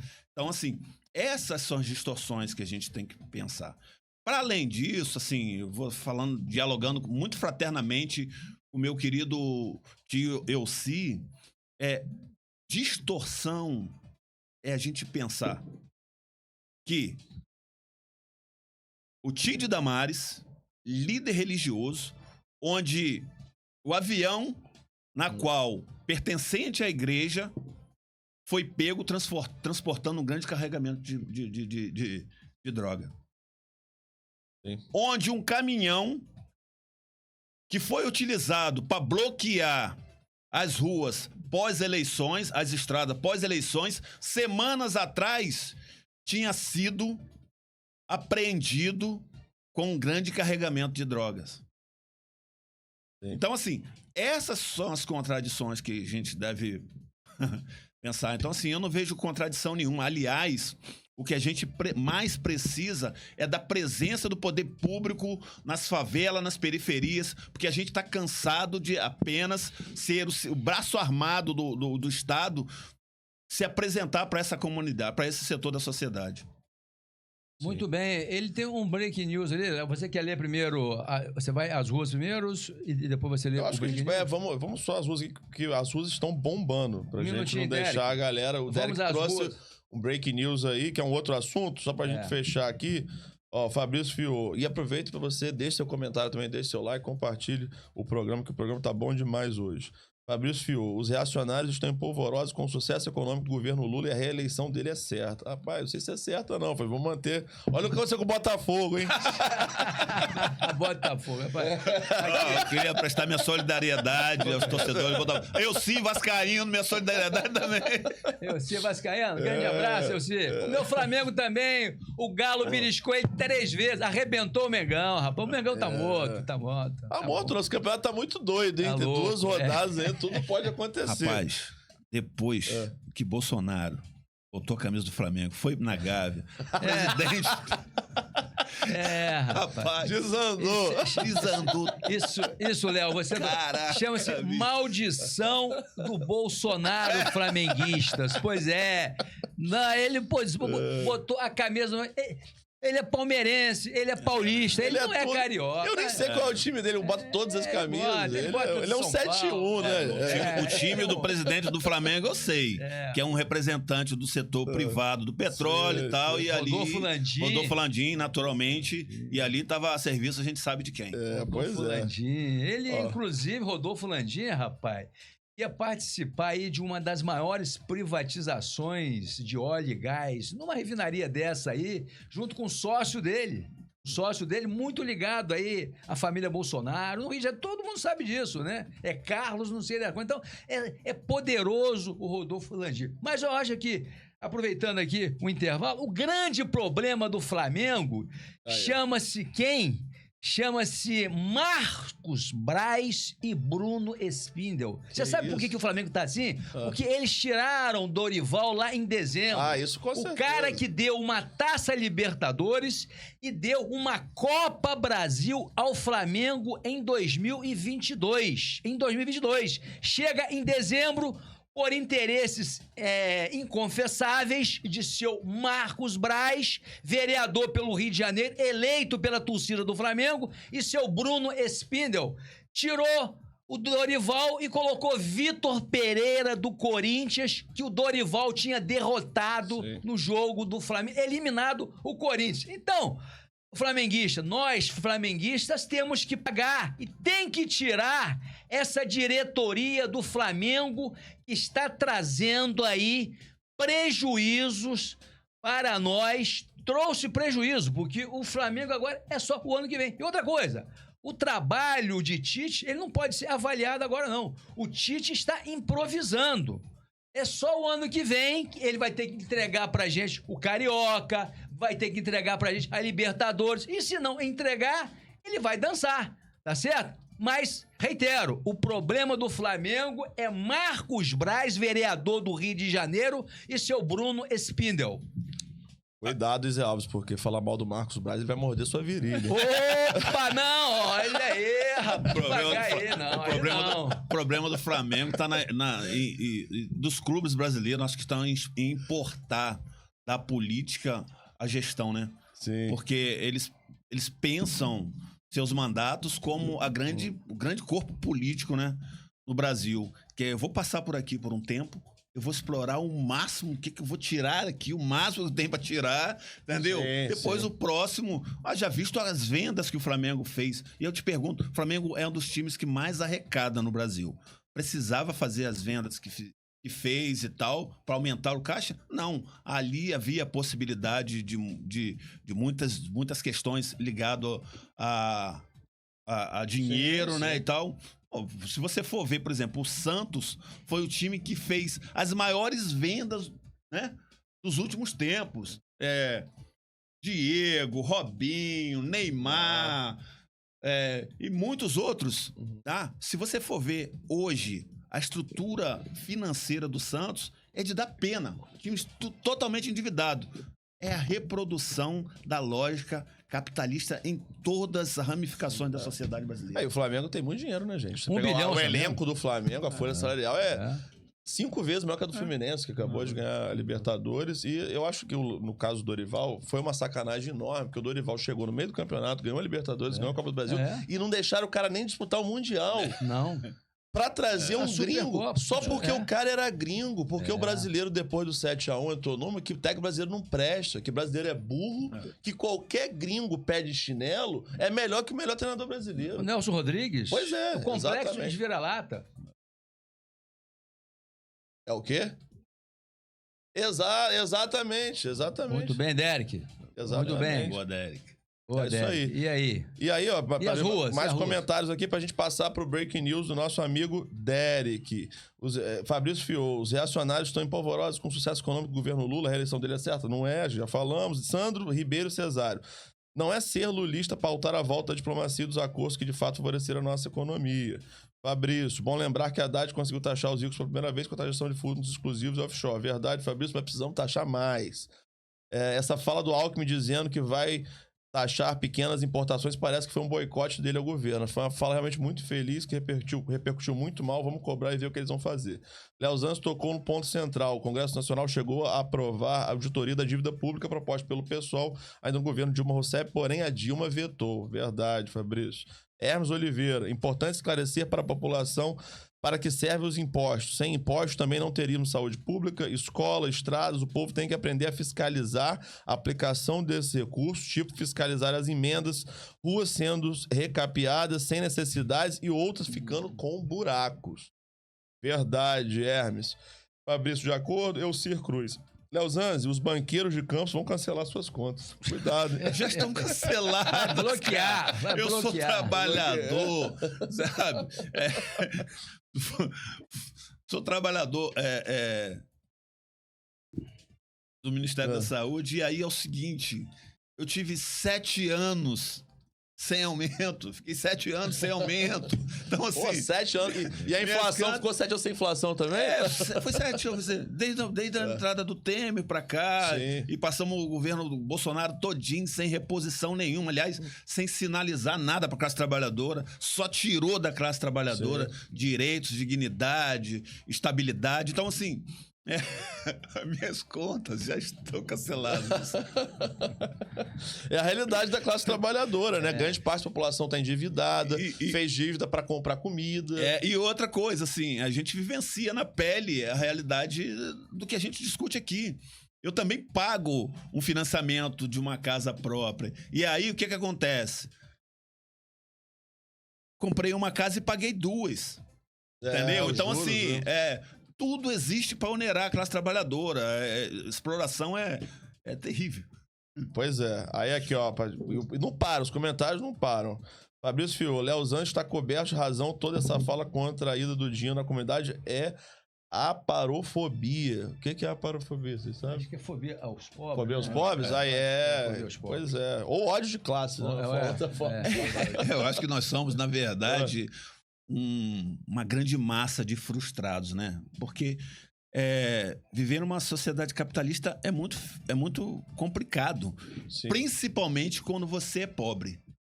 Entendeu? Sim. E quando você é pobre numa sociedade capitalista, você tá afadado a se medir pelo que tá do lado. Então, tipo assim, somos todos uma grande massa de frustrados que, como na ordem capitalista vale mais quem consome mais, entendeu? Sim.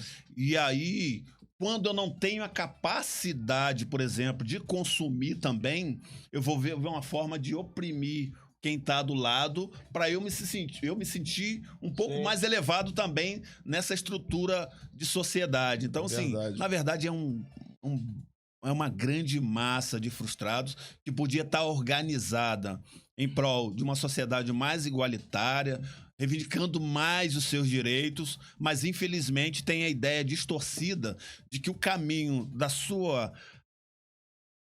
da dignidade da classe trabalhadora e do povo está em simplesmente ir lá e votar e lavar as mãos e tal, e fica se agarrando nessa condição. Mas nós, classe trabalhadora, que precisamos nos organizar, entendeu? Sim. Reivindicar e fazer melhores escolhas como... Também, né? Então, para fechar aqui, pra gente ir pro Breaking News, entrar na política local, que o programa tá bom demais, o tempo tá voando. O Fabrício Fiou fala aqui, o programa está sensacional, com política regional, nacional e até futebol. Pois é, J. Viana Jonathan, ótimo programa para melhor bancada. Obrigado, Jonathan. Jonathan aí. Parabenizando aos vereadores de oposição que decidiram fiscalizar de junho de 2024 a população campista com Alzheimer. Infelizmente. Grande, Jonathan. Ó, seu programa tá bom, podcast com mais audiência ao sábado às 10 horas. Jonathan tá arrebentando aí, eu tô gostando de ver. Convidou meu amigo Niltinho, advogado. Tu conhece Jonathan? Não. É gente Mas boa, é gente boa, tá sempre boa. aí. Gente Parabéns fina. pelo podcast. Derek, cadê Breaking News? Vamos Breaking começar News a falar botar aí. da paróquia. E aí, da paróquia agora. Da paróquia. Depois pega uma fala de garotinho que ele tá defendendo aí. Depois, pega aí, José, Tá depois aparecendo aí. pra gente, ó, deputado Você que é Thiago amigo de Rangel. garotinho, eu vou falar mal dele aqui, você não fica chateado comigo, não. José, não vou amigo falar garotinho, mal, a gente vai José? analisar. José é que garotista de infância. Tá certo. Ó, deputado Thiago Rangel, a Enel e a Light prestam desserviço à população. O deputado campista busca solução no sentido de viabilizar um melhor atendimento à população e também terá uma audiência com o ministro de Minas e Energias. A Enel e a Light estão um problema no Brasil inteiro, hein, gente? Mas, gente, não ia privatizar, não ia ficar melhor. A privatização, a iniciativa privada é eficiente, ela otimiza os recursos escassos e etc. Então, tá aí o povo às escuras, Pois é. o maior estado da nação do ponto de vista econômico. São Paulo parou, eu não vi ninguém Gente, se São Paulo ficou manifestar. 5 dias sem luz. Pois é. A privatização não ia melhorar a vida das pessoas? Cadê?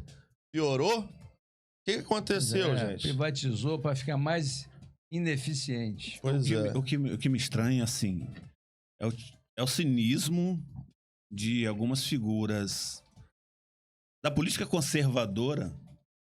E a política conservadora é essa política de manutenção, né? Com esse olhar capitalista mesmo, liberal, de estar localizado num setor político onde tem como uma das suas primícias a privatização, entregar o patrimônio público, e aí, na hora que vai dar ruim, e vai dar ruim, porque a ordem das privatizações, as empresas são empresas, elas não querem saber de prestação de serviço. Sim. Elas querem saber de lucro.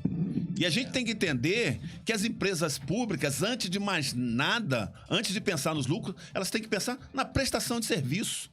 A prestação de serviço é o lucro. É o lucro social, né? É que a empresa deveria colocar, porque condiciona a sociedade.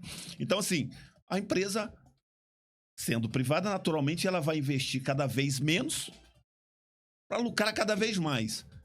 E aí, os exemplos que estão sendo fomentados a partir da imprensa, que é Enel, a Água do Paraíba, todas as empresas que estão sendo privatizadas. Inclusive, não podemos deixar de citar aqui a SEDAI, que foi privatizada pelo governador Cláudio Castro, esse que é um fracassado em relação a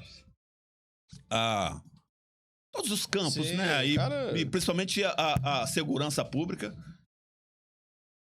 Sabe?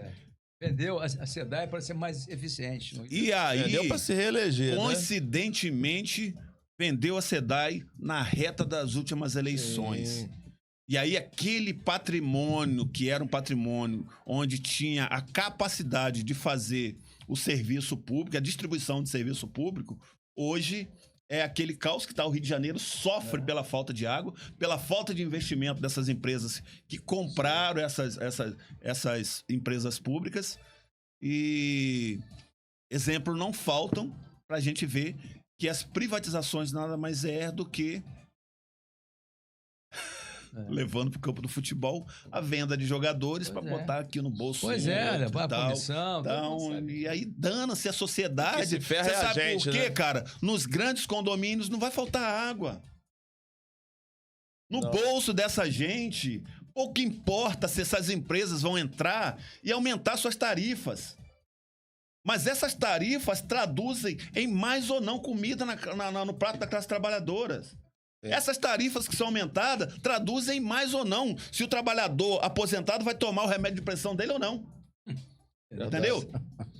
E se achar no posto. E sem querer entrar no mérito das OS, né? Que vem aí também no setor dos hospitais. A audiência tá boa. Vamos às ruas? Vamos. Cadê a fala do seu ídolo, garotinho, meu amigo Josiel? Você tá segurando, eu tô percebendo. Tá protegendo o homem, José? Você tá retranqueiro. Você é o que de Tite? Não, vamos você lá. é o que de Tite? Hoje, é essa semana, a gente teve uma operação da Polícia Federal lá na Casa da Família, que foi a notícia da semana, precisamos falar sobre ela. Com responsabilidade, porque, enfim, né? Ninguém é culpado até que não seja julgado e condenado. A gente sabe que a Polícia Federal foi utilizada politicamente muitas vezes no Brasil nos últimos anos, o que aconteceu com o presidente Lula. A gente tem que ter responsabilidade, mas temos que falar sobre o assunto, até porque a gente estamos às vésperas de uma sucessão à Prefeitura de Campos com o filho da ex-governadora, com o prefeito tentando a reeleição. E dizendo que vai ganhar o primeiro turno. Vai ganhar. Saber a opinião de Léo Santos sobre isso. Não, vamos saber dele no finalzinho. Mas antes disso aqui, só mais alguns comentários. Moacir Pereira, bom dia novamente. Uma das ilusões usadas para ludibriar o trabalhador é o 13º, porque, na verdade, em sua grande maioria, é usado para ou repor o que se perdeu ou para pagar o que não conseguimos. Ou seja, uma grande ilusão. Aí a crítica do Moacir. Tamires Barreto, bom dia. Bom dia, Tamires. Um prazer ter você aqui. Olha lá. Olha lá, família. Moacir Pereira, a Enel diminuiu cerca de 36% o quadro de funcionários. É isso, gente. Privatiza. O primeiro a se ferrar é quem trabalha na empresa. Né? Depois é você, consumidor. E a Pâmela Corrêa, bom dia, Pâmela da Casa Afro Raiz. A Dai esteve aqui. A gente está tentando convencer a Pâmela a sentar nessa bancada também. E aproveitar para fazer um convite. Hoje a gente tem o samba, né? Confraria Zanzibar. Sim, hoje lá na Casa Afro Raiz, na Rua Doutor Matos 271, vai acontecer o charme do samba. É uma convergência entre o samba e o charme. Acontece cedo, é um rolê cedinho. A Casa Afro Raiz... É o happy hour de sexta.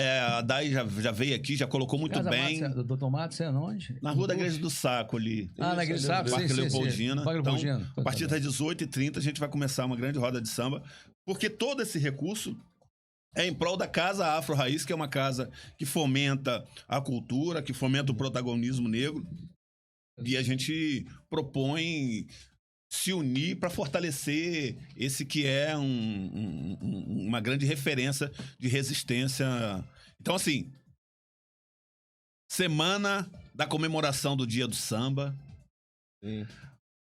Último samba nesse endereço, porque a Casa Afro Raiz está para mudar de endereço. Então, o motivo você tem de sobra para poder... E uma grande convergência de final de ano. Vamos lá, geral, pra gente se encontrar final de ano. Pode ser que a gente não tenha mais essa oportunidade ainda esse ano. Então, a gente convida todo mundo pra ir pra lá. Eu vou chegar lá e descobrir hoje, olhando meu armário, que eu não tenho camisa branca.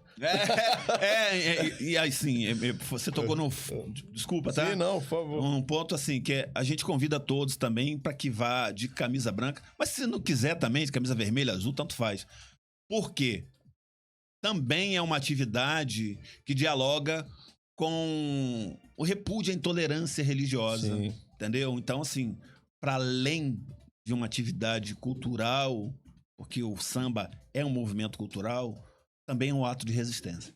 Perfeito. Pois é. Vamos lá hoje, Zé? Vamos lá hoje? Vambora, hoje. Eu vou estar lá. Doutor Matos, qual o número? 271. Rua Doutor Matos, 271, é no Parque Leopoldino ali, a Casa Afro. Vamos lá prestigiar o happy hour aí para ajudar a Casa Afro e tentar aí segurar a intolerância religiosa na nossa sociedade. Cada um segue a sua religião, cada um busca o seu Deus, porque isso aí, inclusive, essa pluralidade que é importante no Brasil. Inclusive, o jogador Paulinho, que arrebentou no Maracanã quarta-feira, diga-se de passagem. Do tricolor do Galo, ele tem sido vítima de intolerância religiosa sistematicamente. Por quê? Qual é a religião dele? Porque ele é do candomblé, ele fala isso abertamente, comemora gols, né, fazendo referência ao Oxóssi, que é o orixá dele. E ele, quando esteve na seleção brasileira, foi vítima de intolerância religiosa. Agora, com o jogo contra o Flamengo, voltou a ser vítima de intolerância. Só tá querendo gravar um vídeo no meu canal no YouTube sobre isso. E aí, antes de falar da família Garotinho, Hermes Oliveira: quem defende as privatizações não tem noção do que falam. Enquanto se cogita o erro, não tem coragem de admitir ou estão na boquinha. Olha lá. E aí, vamos lá, família Garotinho, cadê? Vamos começar por parte. Josiel vai colocar? Aí. Bota aí. E logo quem, né, Rosinha? Isso é um achismo, Garotinho. Dizer que aparentemente as pessoas possam não ser qualificadas é um achismo, não é nem uma afirmação. E logo quem que fez a denúncia? Um ex-prefeito que desmoralizou a cidade, que foi o pior prefeito que Campos teve, que deixou pagamentos atrasados, que afundou a cidade, quebrou a cidade, senhor Rafael Diniz, ele que faz a denúncia contra mim e aí coloca que eu aparentemente indiquei pessoas para cuidar do Fundo da Previdência, que nem passa pelo prefeito. O Fundo da Previdência, eu não sou ordenadora de despesa, não passa pelo prefeito, eles são pelo sindicato e alguns funcionários da prefeitura, porque é o Fundo de Previdência dos funcionários públicos da prefeitura, não passa pelo prefeito a gestão, e aí me colocam aqui com um achismo que eu indiquei alguém aparentemente inadequado para o trabalho. Essa foi a minha acusação. A prefeita Rosinha está aí se defendendo, né? Porque a Polícia Federal ela fez uma operação na casa dela de busca e apreensão sobre aquele escândalo da Previ Campos, né? Que segundo tá nos autos aí, um rombo de quase 400 milhões. Eles estão aí. Eu acho que os responsáveis deverão se explicar perante ao servidor público, perante a sociedade, porque isso é dinheiro público também. Quem paga o servidor é a sociedade. Por que surgiu? Como surgiu? Porque à época me parece que o fundo tinha 1 bilhão e 200, 1 bilhão e 300 de poupança. E no dia seguinte, né, sumiu com 400 milhões, não. O dinheiro saiu do Fundo de Previdência e foi parar no CNPJ da Prefeitura. Essa transação é que deve ser explicada. Inclusive, ontem eu estava olhando nas redes sociais, o ex-governador Garotinho estava dizendo que uma parte dos trabalhadores da saúde era CLT e me parece que Rosinha transformou esse pessoal em estatutário. E a prefeitura tinha recolhido o INSS desses trabalhadores ao Fundo Nacional, ou seja, ao INSS. E por conta disso, a prefeitura se achava no direito de pedir ressarcimento ao Fundo de Previdência desses 400 milhões. Eu não entendi nada, porque uma coisa é uma coisa, outra coisa é outra coisa. Se você recolheu enquanto CLT a Previdência Nacional, aquele recurso está recolhido, está ali. Agora, o fato de você ter virado estatutário não dá direito da Prefeitura de Campos, o CNPJ dela, solicitar a Previ Campos e a Previ Campos aportar na Prefeitura a diferença. Uma espécie de encontro de contas. Isso não existe. A despeito do ex-governador ontem dizer que foi votada uma lei na Câmara para que autorizasse essa transação. Olha, eu não sou especialista em previdência social, mas eu acho isso aí um escândalo, porque quem assinou esse ofício solicitando a Previ Campos quase 400 milhões e quais foram os vereadores que votaram esta lei gritantemente inconstitucional? Isso tem que ser bem explicado, porque eu acho que tem muita coisa errada aí. Você acha o que, Léo? Eu acho que tem muita coisa estranha aí. É um rombo de mais de 300 milhões que ficou no Previ Campos. Quase 400 milhões. Pois é. Então, assim, 380 milhões. Um prejuízo grave para os servidores do município. Agora, a família vai ter que se defender na justiça. Né? Ela apontou, foi o Rafael que fez a denúncia? Não, o Rafael fez a denúncia e eles disseram que Rafael quebrou a prefeitura. Eu acho que Rafael deveria vir a público se explicar para dizer exatamente o que houve, porque ele pegou a prefeitura logo depois que a Rosinha saiu, porque ele derrotou com mais de 60% dos votos no primeiro turno o candidato da Rosinha, o candidato que foi o doutor Chicão, e Rafael fez, parece que 151 mil votos, levou a eleição.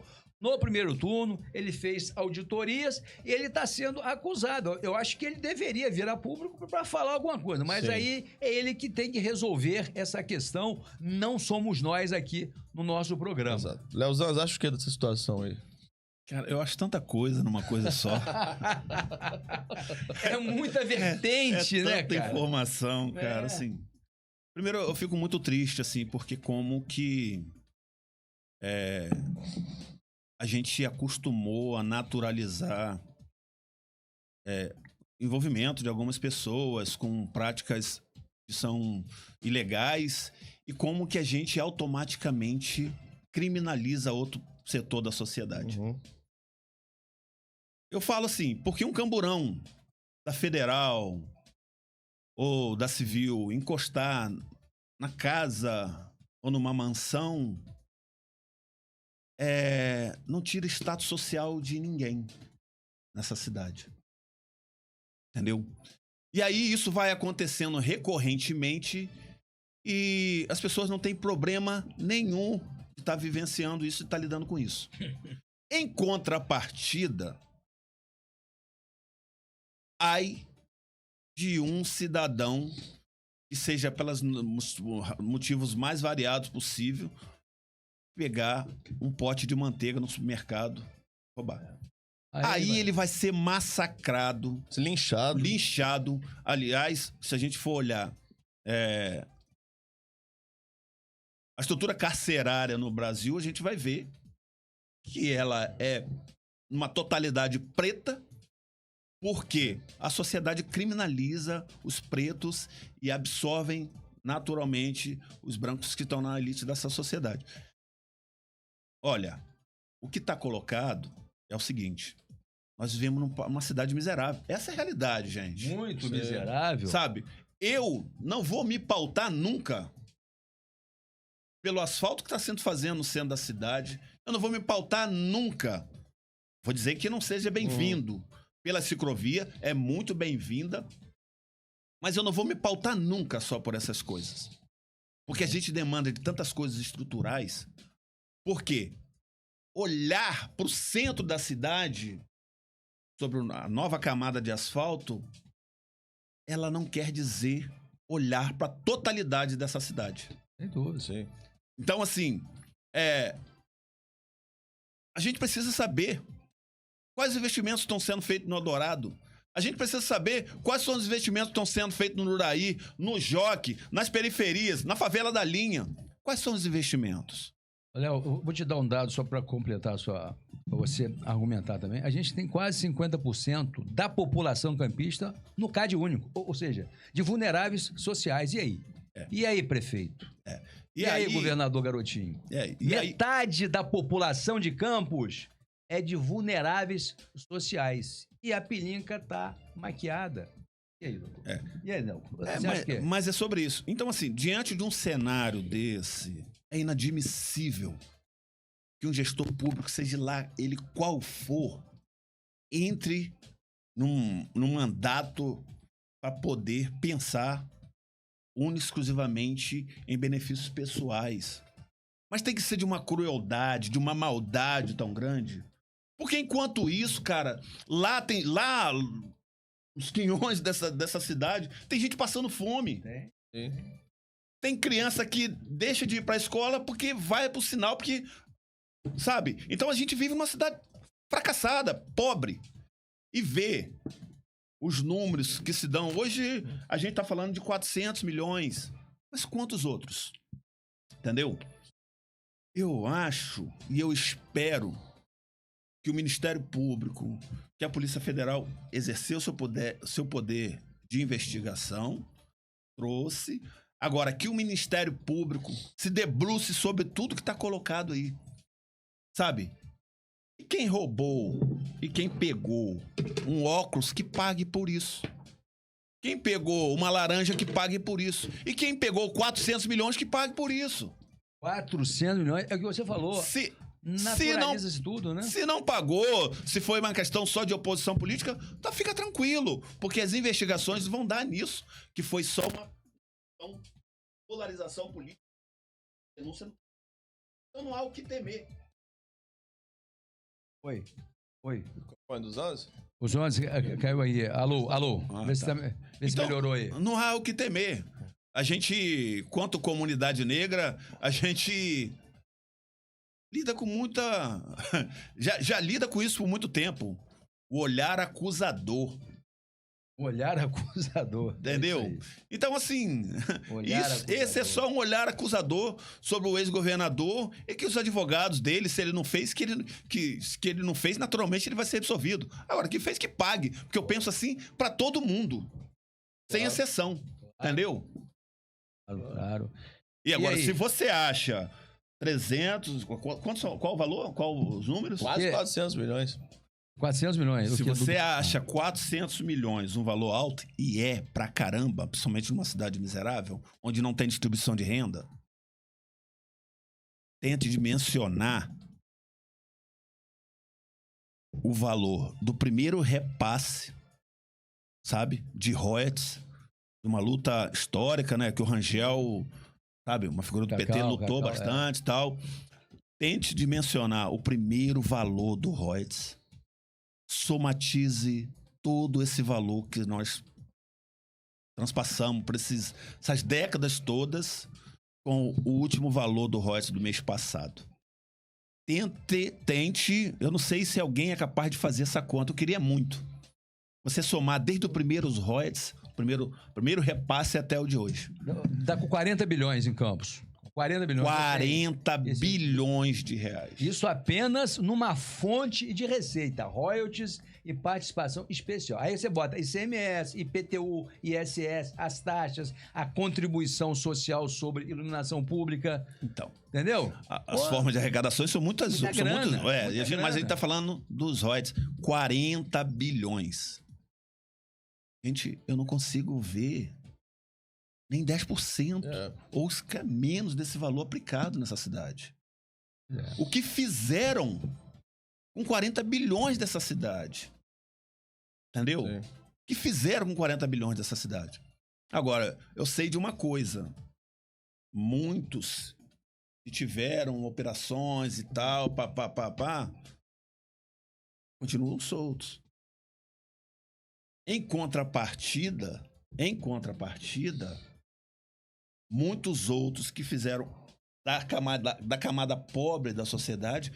Eu lembro muito bem de uma vez de uma moto minha que foi roubada frente à minha casa.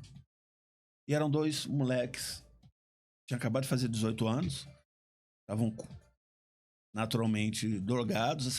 Eles pegaram a moto, eles não sabiam andar de moto, eles conduziram a moto até o HGG. Eu morava perto do McDonald's. Eles levaram a moto andando. Caramba. Mas a moto foi encontrada, eles foram conduzidos e tal.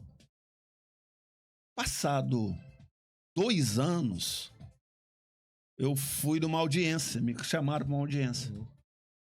E esses moleques estavam presos desde então. Devido ao Isso. moto? E iam ser condenados e provavelmente ia passar mais tempo preso.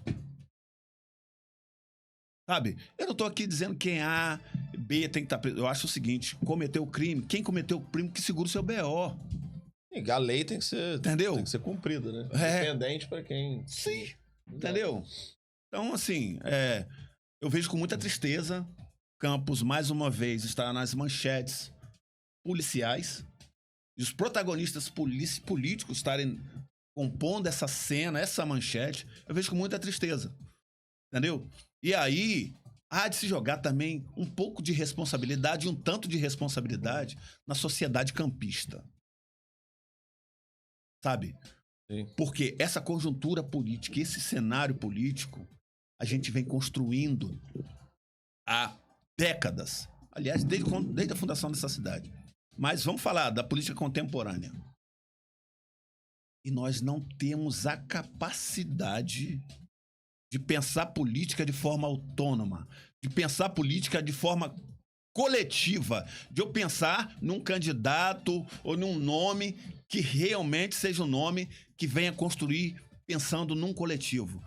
Essa coisa de ficar pensando na política e votando por conta de uma oportunidade pessoal, 90%, ou sequer 99% da população campista vota nessa vertente e sequer levou uma bala. Já que tá dando errado esse tempo todo, não é hora da gente pensar numa política de fato que dialogue com os interesses da classe trabalhadora? E qual o setor político que dialoga sobre os interesses da classe trabalhadora, sobre a defesa dos direitos da classe trabalhadora? Nós estamos numa Câmara Municipal que não tem uma mulher, não é isso? Lembrado. Cara, sinceramente, fecha a porta daquela bagaça. Porque se não tem uma mulher, cara, na boa, entendeu? Não tem um negro que realmente... Então, não tem a classe trabalhadora, tem uma série de gente que tá ali representando os interesses do alto escalão da política e do empresariado, entendeu? E o que é hoje a Câmara Municipal, além desse espaço conservador? Ó, naquele prédio ali, naquele lindo prédio arquitetônico, onde naturalmente foi erguido por braços e mãos negras, mal remuneradas, diga-se de passagem, né? Exploradas, diga-se de passagem, sem direitos. Aquele prédio lindo, né?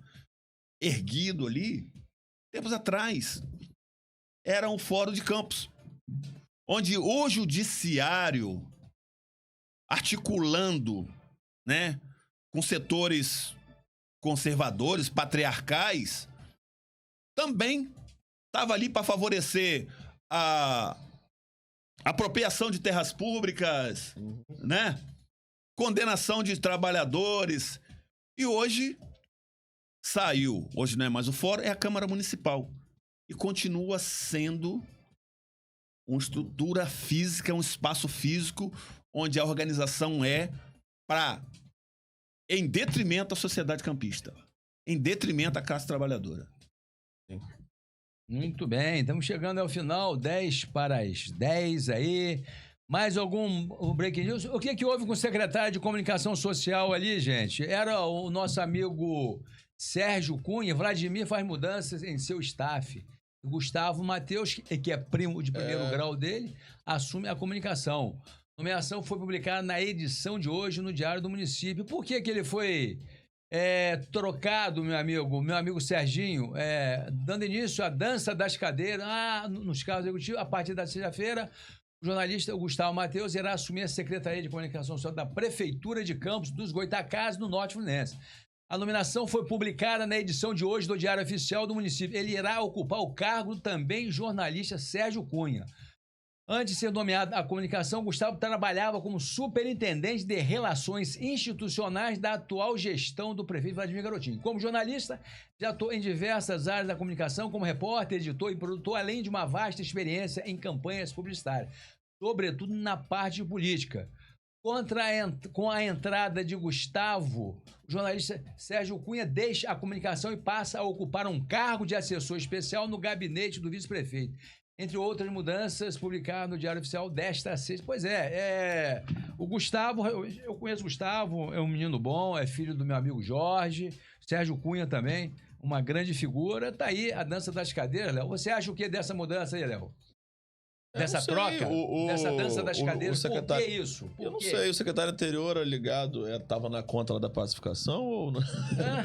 Não, Sérgio Cunha é do grupo político de Garotinho, Sérgio Cunha foi muito tempo ligado a Paulo Feijó, depois Paulo Feijó fez um acordo com Garotinho e tal, e Sérgio Cunha é uma figura que é do grupo agora, já há algum tempo, né? Uma grande figura. E o Gustavo Matheus também é filho da Quietinha, filha da única irmã de Garotinho, né? Então são pessoas que eu tenho assim boa. Eu queria aproveitar o finalzinho do programa, Zé, que já tá caminhando, para saber a opinião do Léo. Como é que o Léo Zanzi está vendo a sucessão da prefeitura, a disputa eleitoral? Vladimir ganha no primeiro turno, como é que você vê a possibilidade do Jefferson, da Carla Machado e o pessoal, o Léo Zanzi, quem não sabe, é um quadro histórico do pessoal daqui de Campos. Como é que você está vendo o cenário? Olha, eu vejo um cenário que se desenha a partir de uma leitura sobre a gestão pública que ela dialoga muito com a carência da sociedade campista, né? É uma sociedade tão carente de tudo, que um aceno e um afago ou uma brincadeira de uma gracinha no TikTok.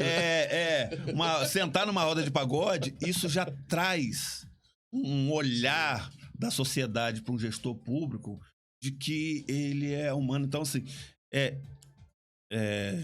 eu vejo as coisas caminharem por um lado, mas eu acho muito importante que hajam candidaturas alternativas. Sim. Eu acho que o pessoal tem quadros muito importantes que pode dar essa contribuição de se colocar como alternativa. Você vem, Zanzo? O povo tá pedindo. Vereador? Candidato a prefeito, Zanzo? Não, assim, cada um se identifica com uma atribuição, uma função. Eu sou muito dessa ordem operária, de trabalhar pela organização, pela luta e tal. Eu não sei se eu teria... Assim, naturalmente você não tem... Quando há um clamor da sua organização, eu só quero dizer assim, que se colocar para um mandato, uma candidatura, ela não pode ser um desejo pessoal. Tem que ser uma convocação daqueles pares que estão à volta.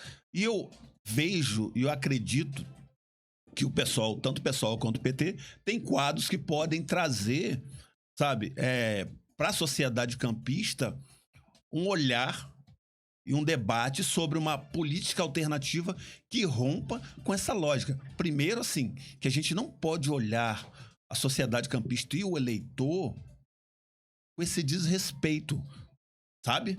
Sim. Nós viemos de uma sociedade, de uma cidade onde foi uma das últimas, quiçá a última, a abolir a escravidão. E você pensar campanha eleitoral propondo comprar pessoas é de um mau caratismo, Então, assim, eu espero tanto que os atores políticos pensem nisso, quanto os eleitores também não se submetam àquilo que deveria ser a aversão, sabe, a uma prática estabelecida há séculos atrás, que é a escravidão de comprar pessoas. Eu acho isso e reivindico e faço um clamor para a sociedade campista ficar atenta às candidaturas alternativas que podem vir por aí. Tem a Natália Soares. O povo tá pedindo, Léo Sanz para prefeito. É o povo. Clamor popular. Tem a Natália Soares, que é um quadro pra gente muito caro por toda a contribuição que ela tem, sabe? Por todo acúmulo que ela tem na política. Nós temos a Pauline. Sim. Vai vir aqui a Pauline, né? Vai. Nossa, não perca essa entrevista, né? Pauline de Fontes, uma mulher incrível, sabe? Que vocês prestem bem atenção nesse nome. Nós temos o Gilberto, tem muitos outros nomes. Veio aqui, foi muito legal. Entendeu? Sim. Então, assim, eu não tô aqui pra fazer, mas eu acho que o Gilberto é um cara que tem legitimidade pra caramba e construção militante pra poder, sabe? Então, mas tem certas coisas que não tem muita lógica. Mas vamos ver. Então, assim, pensar que o processo eleitoral tá definido, sei não. Botafogo, você bem colocou, entendeu? Que todo mundo coloque suas barbas de molho, porque vai que a sociedade campista acorde e se proponha a ter uma orientação política diferente daquela que ela vem tendo e que vem massacrando a cidade de Campos e vem colocando a cidade de Campos nos índices, né, de desenvolvimento humano os mais baixos possível. Muito bem. Léo, e aí? Chegamos ao final do programa, as suas considerações finais aí, meu querido Léo. Será que o prefeito Vladimir Garotinho, que tá nesse oba-oba de já ganhou, será que ele vai ser o Botafogo das eleições municipais de Campos? Fato é que ele tá vendendo ele tem se comunicado muito bem, né? E o Fabrício até falou ali que os pais precisam aprender comunicação, pode aprender com o filho, mas será que a população campista está satisfeita com a saúde? Será que a população... E o Zé Alves publicou no blog dele que teve uma redução na verba da saúde. 0,24. Pois do ano passado para esse ano. Será que a população campista está satisfeita com o transporte dessa cidade, Leozans? Será que a população da Baixada campista está satisfeita com o transporte? Pelo que a gente vê aqui no programa, eu acho que não, e tem muito espaço aí para candidaturas alternativas trabalhar. Eu queria agradecer muito a todo mundo que participou. Olha, gente, hoje o programa foi tão movimentado com a presença aqui do nosso amigo Leozans que não deu nem para ler todos os comentários. Aqui foi outros comentários do Moacir. Agradecer muito a participação do Moacir Pereira. Fabrício Fiu tá sempre aqui, nosso grande amigo. Hermes, abraço a todos. Hermes Oliveira, né? Elcir Cruz também deixou. Muito obrigado pela participação de vocês. Reforço aqui o convite. Grande abraço. Para o samba, hoje lá na Casa Afro Raiz, conhecer esse espaço importante de resistência aqui na cidade. Peço que você gostou desse programa, foi maravilhoso, não foi? Então pega esse botãozinho aí, com a setinha pro lado, aperta e compartilha nos seus grupos do WhatsApp, para sua família, para seus amigos de futebol, para assistir esse papo maravilhoso com o nosso camarada Leozans. Zé Alves, prazer sempre estar contigo, meu amigo. Opa, Leozans, as suas considerações finais, meu amigo, e já dizendo que você faz parte da nossa bancada. Não sei se o Léo concorda. Já é parte da bancada. Pô. Tem que ter aqui a ciência do Léo. Primeiro eu queria fazer uma saudação muito especial a esse espaço. Eu acho um espaço fundamental para dar protagonismo e voz para outros atores da nossa cidade, para além daqueles que já marcados, né, e coisa. Eu acho fundamental isso. Fazer uma saudação a esse bairro, que é o Parque Aurora, que é um reduto de pessoas pretas, trabalhadoras, que são, sabe, humilhadas no seu dia a dia pelas condições. E dizer que é possível transformar a partir da organização da classe trabalhadora, que a gente se desapegue dessa ideia de que a gente votando em alguém, elegendo alguém, cruzando os braços, a gente tem que se apropriar daqueles organismos que é tradicionalmente de organização da sociedade civil. Associação de moradores, se você percebeu que o presidente da associação de moradores seu tá mais puxando pro lado político do que pros interesses, sabe? Organização estudantil, sindicatos. A gente não pode abrir mão de se organizar contra a sociedade, e esses instrumentos são fundamentais. Agradecer o espaço, Léo, sabe? Parceiro, irmão, e que eu tive que aturar muita sacanagem do Fluminense. Vou mandar para o Conrado. Tem que trazer o Conrado aqui nessa bancada para falar de Fluminense. Muito bem, Léo. Muito obrigado aos ouvintes. Um grande prazer, cara. Aos internautas. Estamos aqui de agradecer ao nosso diretor aí, CEO Germano Santos, que nos proporciona esse espaço aí de 8 às 10.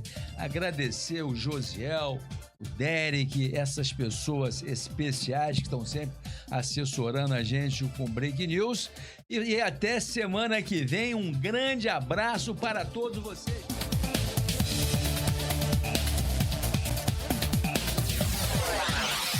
Você acabou de ouvir o programa A Voz de Campo.